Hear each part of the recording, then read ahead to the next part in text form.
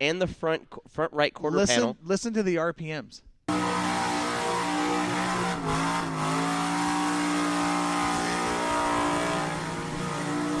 At this point in time now, the driver in the 32 car is out of his car. He's spinning. He's spinning him around in circles. He's now standing on the hood. Okay, there Harris shuts the car down. No, he's still going. Yeah, here comes more crew members. There's the safety crew. Now he backs up. He almost ran somebody over there. Yeah, Right. There's 4 people now that are around there. The driver of the second car, or the driver of the car that Josh is hitting, tries to reach into the window. Josh sits there and backs up while there's people coming behind to the car. scene and cars driving by on the front stretch. He backs the car up into traffic and nearly gets into 2 cars doing that. Yeah, listen to this.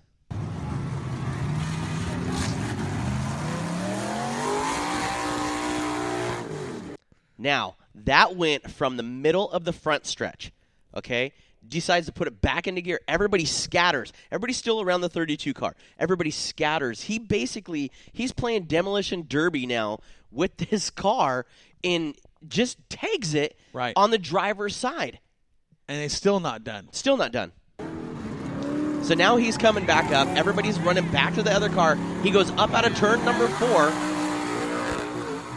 And hits it again. Destroys it again. The whole front of Josh's car. He can't even see over the hood. It's smashed up back. You can't even see out forward. It's a pancake now. And for the listeners out there, this video is on the Moxie Media Facebook page. Take Joel a look. has just posted that. Take a look. See what we're seeing. Give us your thoughts, because this is something that we all need to talk about. It absolutely is. Moonshiner Josh gone wild. I think the dude was drunk. This is the last 10 seconds of this. Now, mind you, Josh's car is destroyed. Okay, everybody's scattered around the 32 car, trying to figure out how to stop Josh. Right. So now he comes all the way back out. He's going to come back up out of turn number 4, and this is the last 10 seconds of it. Spinning the car back around. Starts driving towards the middle of the front stretch. Right. On the infield. Now, if you listen to the whole audio from the first angle that we saw, the first video that was posted, I love it when you there's a man in the stands, a fan, who's watching all this. After Harris parks his car there on the front stretch by the flag stand, this dude is PO'd, right? He's so PO'd, he yells out as loud as you can hear, "You're not a real man." I mean, this guy, that's, a guy is mad when you tell another guy he's not a real man. Oh, yeah. When you're calling him out like that, it's not good. Well, and this brings up another topic, guys. What do you do when a red flag comes out? You stop. Well, you got to stop safely. Yeah, you got to stop There's safely. a lot of guys that see the red flag, and the first thing they do is nail the brakes and try to slow the car down as fast as you can. Slow the car, bring it to a stop at a safe spot. Well, and I'm going to take this a step farther. From my perspective, being on the track, being there, working a scene like we had to do this weekend, come to a stop, but don't, when the red's out, shut your car down. Sure. Absolutely. Yeah. Leave it shut down until you're told to do otherwise, because you never know what's coming out of the wrecked cars. Yeah, absolutely. You could have fuel. You could have vapor. I mean, we all know liquid gasoline does not burn. You're talking about the incident that happened. Was it at the end of the front stretch, or was it on the front stretch? Turn 2. Turn 2. Yeah, they went down into. Yeah, I remember. I know exactly what you're talking about, and I agree with what you're saying. I mean, it's anytime you have a wreck like that, guys, be careful of it. Get away from it. We all know that liquid fuel does not burn. It's the fuel It's the vapors. It's the vapors, that and burn. that will spread. And that goes quick. Yep. I mean, this is just going back to this Josh Harris incident.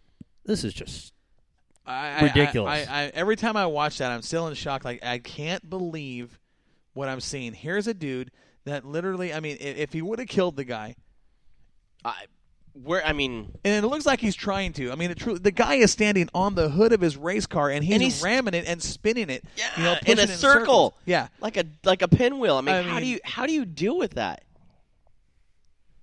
I wouldn't deal with it well. Yeah, I would have a hard time with it too. I really would have a hard time with it.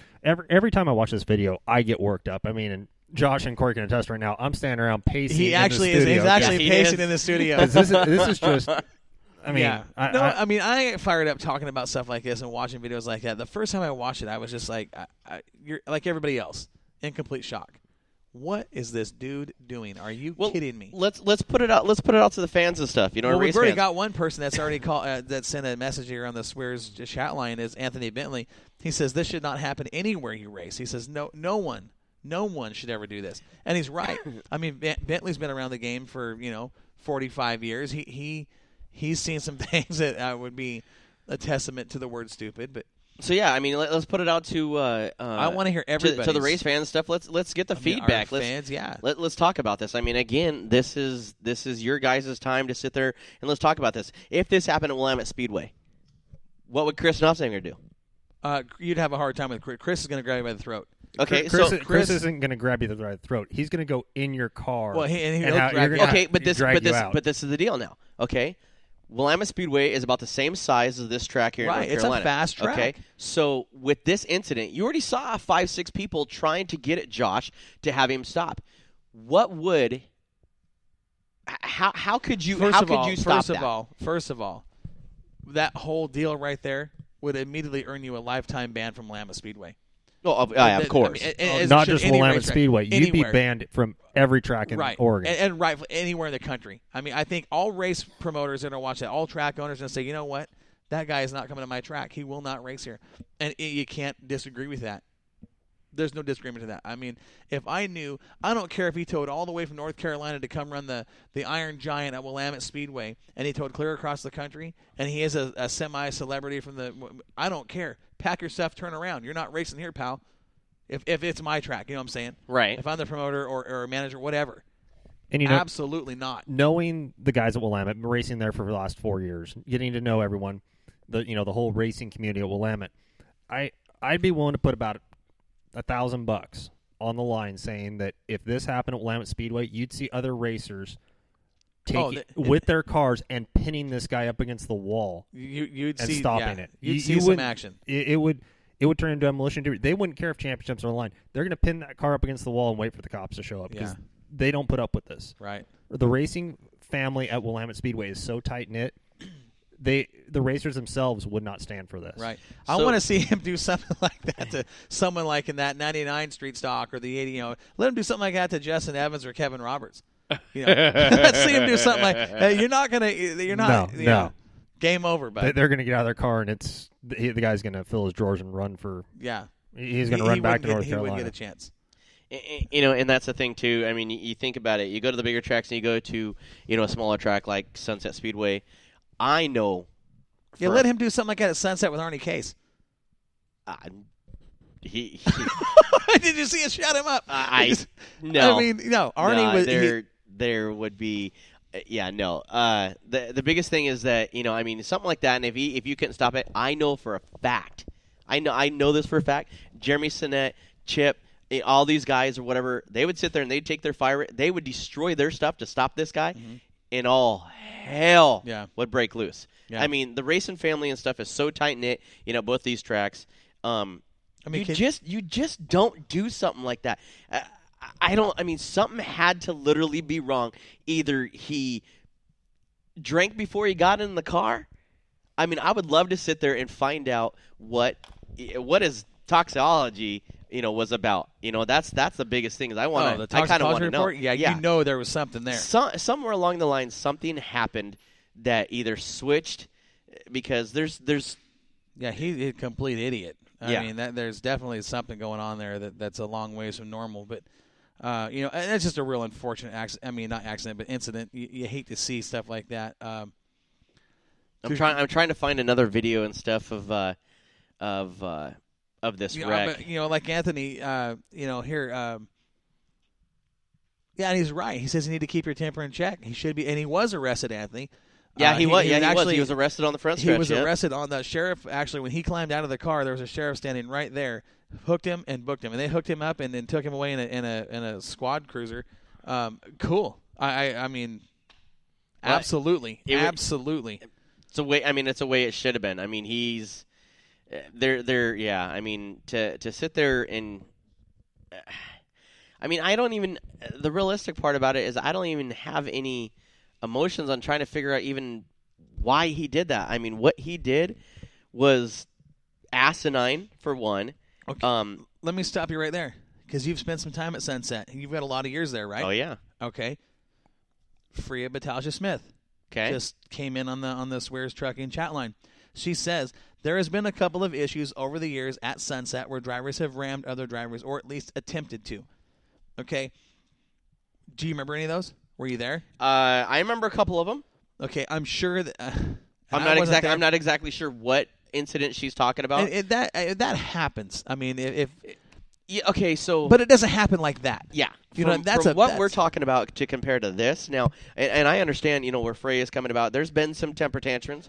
There's been we some, see it every now and then. There's been some people that have, had the when. And I don't know how much Freya is getting into it as a sense, but when it comes down to it, yeah, there's temper tantrums. There's people that have ran into other people. Okay, speaking of, look what happened to Freya when she came down to Willamette Speedway. 2-day Right. show, Right. fast as hell. Uh-huh. Somebody crossed over in front of her nose. Yep. For what reason? Now that I don't want to sit there and call racing incidents. Well, But- maybe not. But that's But Freya didn't sit there and take that person out and right. destroy both those cars, and then Right. if somebody's sitting on the hood of their car, have her back up in the middle of the front stretch and destroy that car again. Right. That car literally looked like a demolition derby It car truly did. by the time it was done. Absolutely. Absolutely. I mean, the whole hood was smashed up so high you couldn't see out the front window. Yeah. There's a difference between getting into somebody and somebody going back and giving them a love tap. Okay, so we saw We saw a love tap, and we're not going to bring up any names. Nope. That was a love tap. That was one guy expressing to another guy, "Hey, look, I'm not happy with what you just did. I didn't like that. I'm going to let you know." A little bump, turn him sideways. Certainly didn't try to ram him in the door and kill him or run people No. over. And I'm gonna. But see, that's what we're talking about. Temper tantrums in a race car, and Temper that's tantrum- typically what we see. And that's a whole different ball game compared to Attempted this. murder. Yeah, absolutely. There's a love tap, and then there is destroying two race cars. Right. And I think the biggest thing sickening too to is see that. Sickening.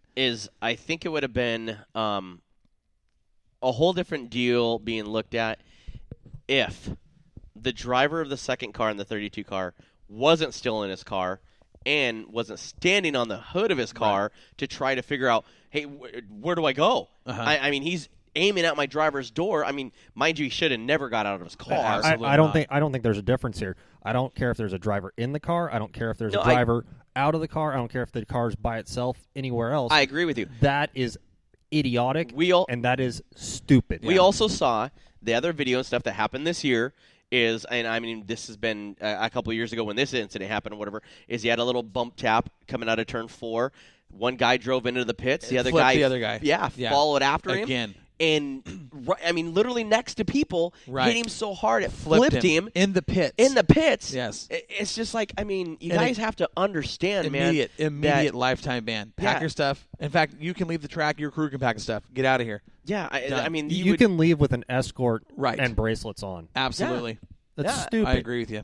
I mean, anytime now, I remember years and years ago, when Claire still owned Willamette Speedway, Claire would just come out and shoot you for doing something like that. Yeah, he had to put you in the pond. Yeah. I mean, and then throw the green flag for the next race. He's got access to a backhoe. Yeah, he does. Yeah, you would never That- end Lime.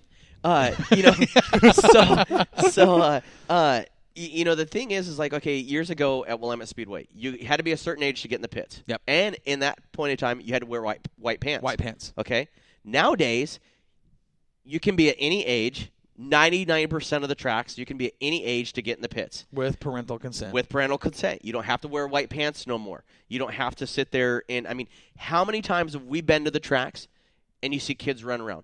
I don't care, mind you, it's not toddlers or like that, but you have some of these young kids, even some of these young drivers, stuff like that. You get, I've personally seen this, and this is at Willamette a couple of years ago. When the whole new configuration, everything came out, you have the hot pits. Mm-hmm. Somebody came in off the track, was hauling balls coming out of turn 2, came into the hot pit, slid it in because he had a flat tire, nearly hit 2 kids.